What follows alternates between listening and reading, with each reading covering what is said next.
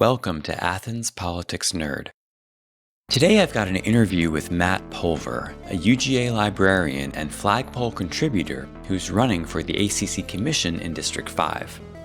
But first, let me talk a little bit about the last commission meeting on March 1st, where they approved a framework for spending Athens' share of the American Rescue Plan. I wrote an article about it, which you can find on my website, but real quick, what they did was to allocate the funding into 5 different buckets, including fighting homelessness, youth development and violence prevention, affordable housing, business development and workforce support, and behavioral health. This is a progressive plan that specifically mentions things like worker-owned cooperatives and helping workers organize for higher wages as a goal. Some commissioners, like Melissa Link, were thrilled that they were finally allowed to spend money on people, which is normally prohibited by the state government. We need to move forward and get these funds out there. People are hurting, and we do have desperate needs in this community, desperate needs that we couldn't meet without these funds. These are federal funds. This is a gift in our lap that comes along once in a lifetime, probably. And we typically don't have funds that we can spend in these ways, that we can spend on programming. The state is very, very restrictive on how we spend our own public dollars and how we spend state dollars. And the federal government is giving us some leeway to actually spend money on people rather than infrastructure, rather than building things. But the more moderate commissioners didn't like the plan, and all 4 of them, including Davenport, Wright, Thornton, and Hamby, voted against it. As an alternative to the progressive plan, Commissioner Ovita Thornton put forward a half-baked proposal that even she acknowledged wasn't really ready. If this substitute motion is for the proposal as I'm reading it, it also says to include and implement items number 3 through 8 from the CDO that is the original motion. I guess I'm having trouble making sense of how to include those in the substitute motion. So maybe if I can get clarity on that, and then I'll move forward with other comments. Commissioner Poole, my real motion is to table this and to work out those details. But she voted for it anyway, along with Wright and Hamby. The level of disingenuousness at this meeting was kind of astounding to me. Anyway, Commissioner Patrick Davenport was a bit more consistent, and he voted against both proposals. I will be voting against both of these. I've been preaching that we need to slow down. We're seeing some hiccup in some of the things that we have done. And our FY22 budget, and our FY21 budget, we continue to give money to homelessness. We continue to give money to these community groups. And it's not that I'm not saying that there's not a community need. It's just that we need a strategic plan and allocating our funds, because we can't continue to fund these projects. I'm not saying we can't. We certainly can, but we need to be responsible to the taxpayers. This framework for the American Rescue Plan will be ongoing for several years and will outlast many of the commissioners who voted for it. They're being removed due to Republican gerrymandering. Commissioner Tim Denson, for example, can't run for commission in this cycle, so he'll have to step down at the end of the year. He's actually running for school board. But Matt Pulver has stepped up as the progressive candidate for District 5 to fill in for Denson on the commission. And here he is. Joining me now is Matt Pulver. Hi, Matt. Thanks for joining us. Thank you for having me. Yeah, why don't we start out by telling us a little bit about yourself? So what do you do as a day job, and why are you running for commission? Sure. I work on campus. I've been there for, about 15 years now. I've been living in town for 25 years now. For the past maybe 15 years, I've been involved in justice work of one sort or another. I was a member of the Economic Justice Coalition. Back in the day, I was on the board. As a student, I was an activist organizer for living wages on campus. I helped found the union on campus more recently. And then in the past number of years, I've worked mostly through writing and research about justice issues, a lot of racial justice and economic justice. And now why I'm running, it's not something I had planned. I'm running out of a sense of duty. Athens was attacked. Republicans attacked our local elected government. these Republicans who feel emboldened now by their leader to subvert democracy whenever they want, I guess now, right? And that fight has come to Athens. These out of town, Atlanta Republicans and their local conspirators attacked us. It shouldn't surprise us that they selected for removal 3 of our most progressive commission members. They're clear about why they attacked us. They attacked us because we are progressive. They attacked us because of the progressive path that we've charted for ourselves in these past several years, especially.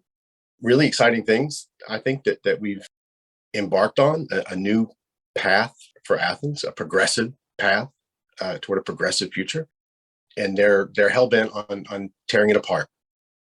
And they can be mad about it. They're going to stay mad about it because we're going to fight back. We're going to fight back however we can. We're all going to step up, stand up however we can. I'm doing this. This is how I'm doing it. But the way that we fight back and the way that we win is we provide as much continuity between the elected government that was attacked, the commission that was attacked and torn apart, and the one that'll take its place. They're not going to derail us. They're not going to steer this ship their direction. And, I hope they know that. Yeah, so you're talking about the gerrymandering, the new maps that were just passed and signed by the governor. And yeah, I wanted to ask you about that because, I know that, getting involved in politics is tough these days because things have become so politically divided. Sure. It's even affecting our county commission. So I'm sure that you've heard that the ACC Democrats actually censured Commissioners Hamby, Wright, and Thornton over that redistricting plan and those maps that were passed by the Republican state legislature. 3 commissioners were accused of knowingly enabling the Republican members of our state delegation to undermine ACC voters and our democracy. And that's a direct quote from the ACC Democrats. So I was wondering if you agreed with that assessment. Does Republican redistricting undermine democracy, and should these commissioners have been censured? Absolutely. I mean, Commissioners Wright and Hamby, certainly, absolutely. I don't find any disagreement with that language from the Democrats. Yeah, yeah, they absolutely should. If they leave with just that, they should consider themselves unscathed and pretty lucky, because it's a subversion of democracy. Yeah, I have people in my district that are not going to get to give Commissioner Denson another chance. That's like a fundamental democratic promise in this country that was taken from them. Had to get that out of the way, but now I want to hear more about what you would bring to the commission. So what would be your main goals for your first term in office if you're elected? Okay. One thing that I'm really excited about, north of downtown, there's going to be the Bethel redevelopment that will be coming online sometime soon. They'll start breaking ground, sometime soon. And if you look at artists' renderings of that north downtown from like Doherty out to the river, you will see all of these huge complexes of the sort that we see going down East Broad toward the river, that we see, popping up every time you blink. What we cannot have is north of downtown turning into the rest of what's happened. The students have enough housing, as far as I can tell. And that's not even the most important part of this. That is a historically Black part of town. That is, since emancipation, right? Those areas that turned into Lickskillet and the Bottoms were thriving Black communities where there were, community, neighborhoods and businesses. And it was just raised basically by white supremacy, more or less, in the form of urban renewal, so-called. And we can't have the future of that part of downtown not reflect its past. And so I want to explore every possible route available to us and be as creative as we can possibly be to find ways of ensuring an inclusive character. And that means where people live. That means inclusive opportunities for entrepreneurship.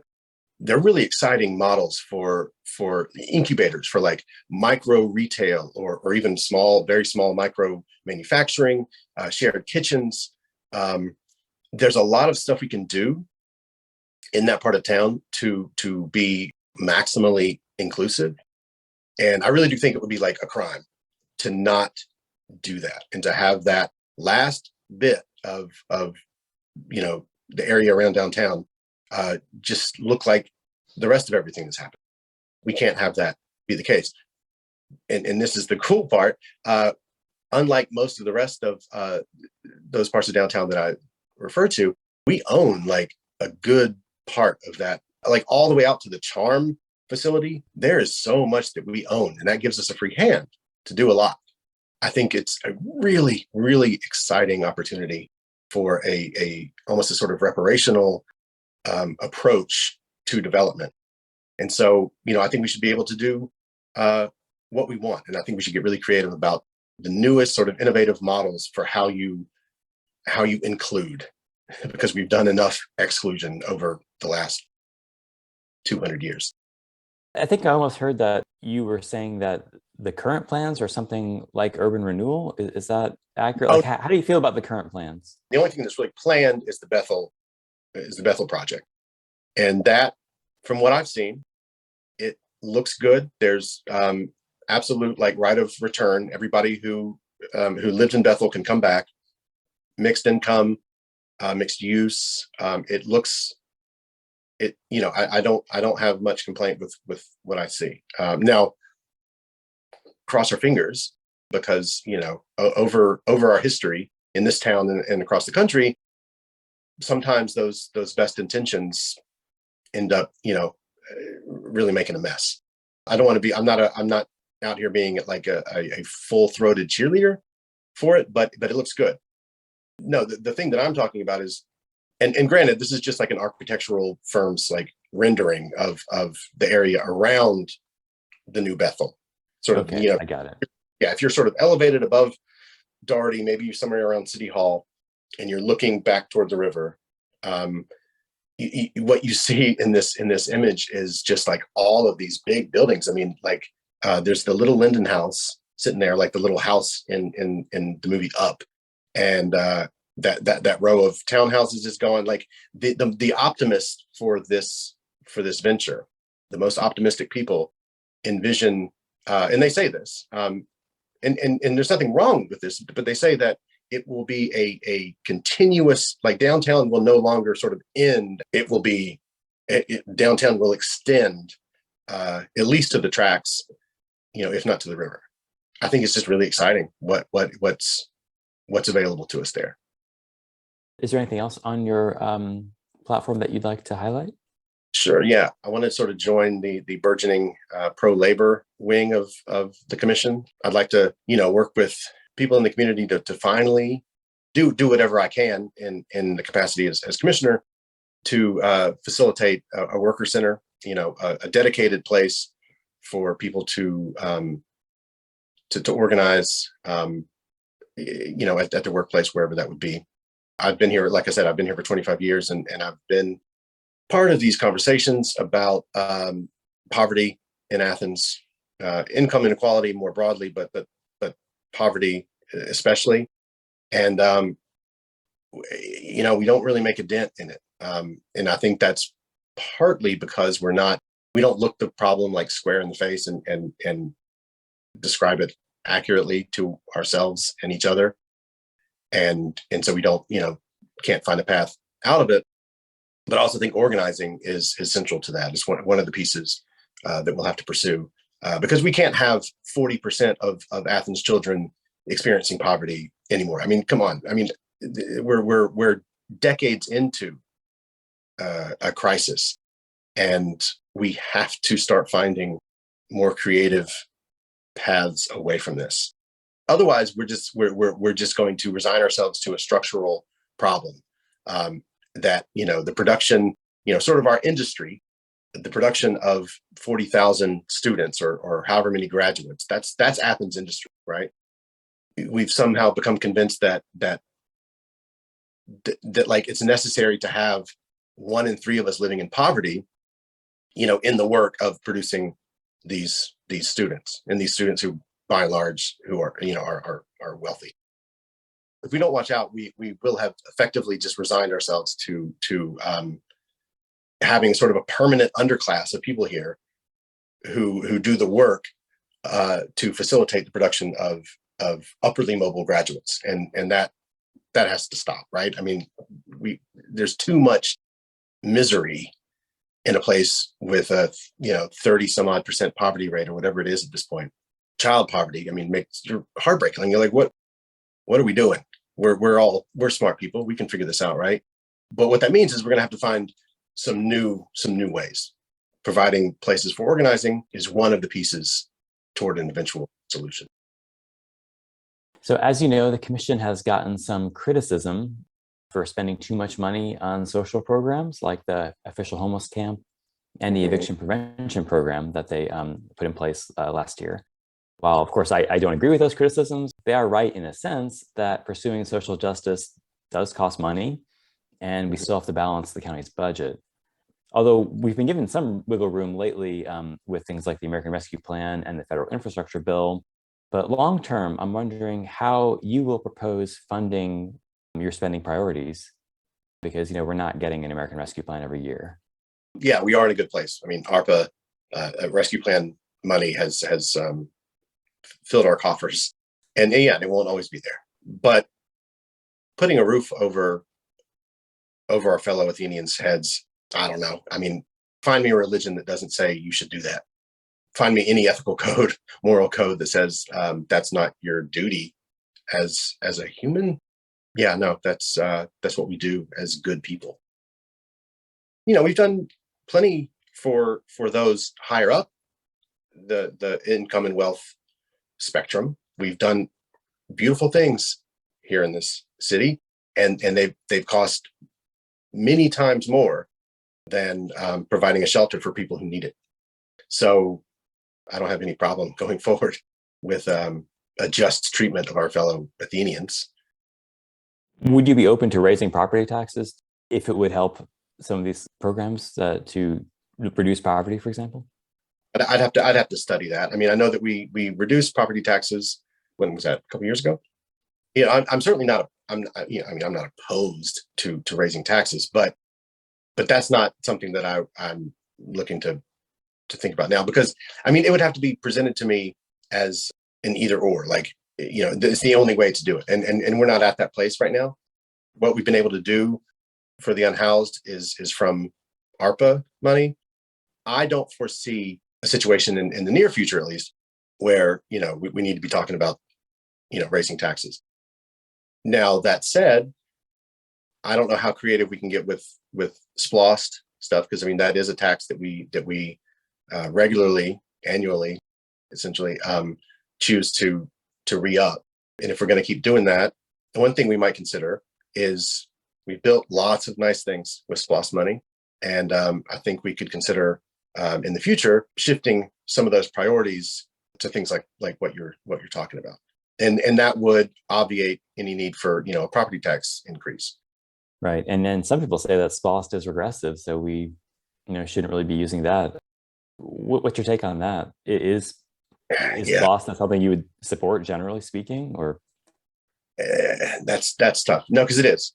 SPLOST is tough because it's two things. It's regressive, which is bad, but it also taxes the students who live here, who spend lots of money in our economy, lots of money that comes from their parents. So there's this sort of inflow of lots of money, and we get to tax that, because otherwise, part of the problem, and part of the problem we have to have, or part of the reason we have to have, tough conversations like this, like me and you were having, is because, the university sits on some of those most valuable land, and we don't get to tax that. So having a way to get some revenue at all from our production of 40,000 students a year, SPLOST provides an avenue for that. And for that reason, it's valuable. That's a great tax, but it is regressive, and I struggle with that all the time. Yeah, it is a really challenging topic, because the state legislature really ties our hands on in a lot of ways that most communities around the country would be raising money. Like we're not allowed to have a progressive property tax, for example. We can't do a city income tax. We're stuck with these regressive taxes, and we have to choose between them. It is really difficult. No, it's real tough. Yeah, I mean, in a perfect world, we could do a progressive, progressive rates on property tax. If you want to build, some needlessly monstrous house on a bunch of land, have at it. but we're gonna tax that more than someone's humble homestead. But once again, that's the legislature foreclosing on options that we should have available to us. So I appreciate you having this conversation with me. So now I guess it's time for your closing statement. So why should voters choose you over your opponents? I think you have multiple opponents who are going to be in this race. Yeah, that's what I'm hearing. At least at the moment, it sounds like maybe there are two other candidates in the race. Yeah. Yeah, I mean, like I said at the top, the way that we fight back is to provide continuity between what was attacked and what comes in its place. We cannot be derailed. There's too much at stake. I mean, literal lives are in the balance. And I think these Republicans would like us to apply conservative solutions to problems and crises that conservatism gave us. Our problems of our crises of poverty, income inequality, racism, white supremacy, those were all given to us by decades or centuries of white supremacy, of Reaganomics. They would have us try to fix the problems of conservatism with more conservatism. I am a progressive Democrat, proudly so.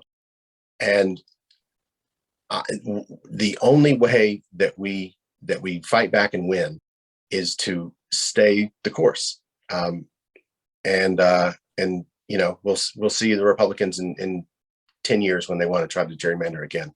But we have to stay the course. And I feel that I'm someone who can do that. I'm propelled to fight and to fend off this attack and get on with what we have started. Thanks so much for being on the show, Matt. Yeah, man, thank you. Thank you so much. Thanks for listening. I'll reach out to all of the District 5 candidates to see if they want to be on the show. And thanks so much to everyone who donates to keep the lights on here at APN headquarters. This podcast would not exist without your help. So thank you, and I'll see you on the next one.